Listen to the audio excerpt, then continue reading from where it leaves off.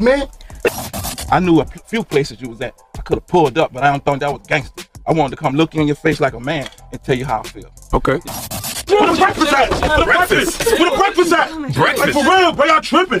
From the time Birdman pulled up to the Breakfast Club just to cuss Charlamagne out before leaving, to the time NBA Youngboy threatened to hit Charlamagne with a strap, these are times rappers check Charlamagne the God for being disrespectful. Started things off with Beanie Sigel, because when he was on the Breakfast Club back in 2016, it didn't take 30 seconds from the start of the episode for things to get awkward between him and Charlamagne. Charlamagne the God set the stage for a heated interview by calling Sigel a hater for putting out a Meek Mill diss track, just a week after Meek and Sigel were seen in the booth together. Sigel, on the other hand, felt Charlamagne didn't have the right to speak on the matter without first knowing the facts. Sounding like a hater lately, man. A hater? Yeah. How you say that? A hater? Cause I feel like, you know, you put out 2 diss records, but then you was in the studio with me like 8 days prior to the first diss record. And I'm like, if anybody else did that, I think you'd be saying that was a sucker move. That's what the snake is. I don't think you qualified to even say I sound like a hater because you don't know all the particulars. So how you qualified to say I'm a hater? Hate on what? Well, and why?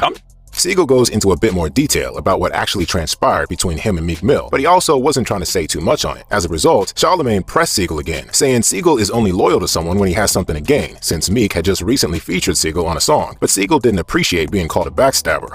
You know, you say I'm not qualified to speak on it. I'm just observing it, but it just seemed like, you know, loyalty with you lies with who's providing you opportunity at the time. Man, get the out of here, Charlamagne, man.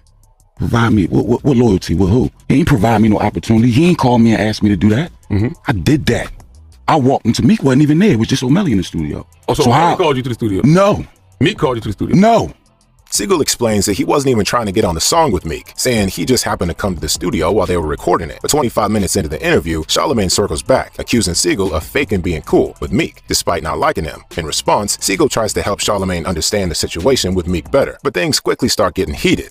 I know y'all keep going back to this, but it's true. He was in the studio with Meek 8 days prior. Did not just answer that. But you knew he wasn't. You said he was. You didn't think he was real when you was in the studio with him. All right, put it like this: is Kanye a street? Absolutely not. Huh? Absolutely. But when Kanye put that phone call in, you know the stories. Who was there? He put the call in. I was there, strapped tooth and nail, ready to bust ass about the because he a part of our family. You understand what I'm saying? Now, for people that don't know, you know how you don't understand? Because you know why? Because you not from that cloth. Mom, that's cool. I don't get it. You not. That's why you don't understand that.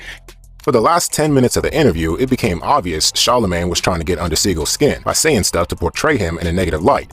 You remember, because I hear you talk about the kids' clothes. You remember you did the State Property clothing line. I remember an interview you did where you said they got the little compartments to hide your guns and hide your dope. Like it could have that looks crazy. And when you think about it, Charlamagne, shut up.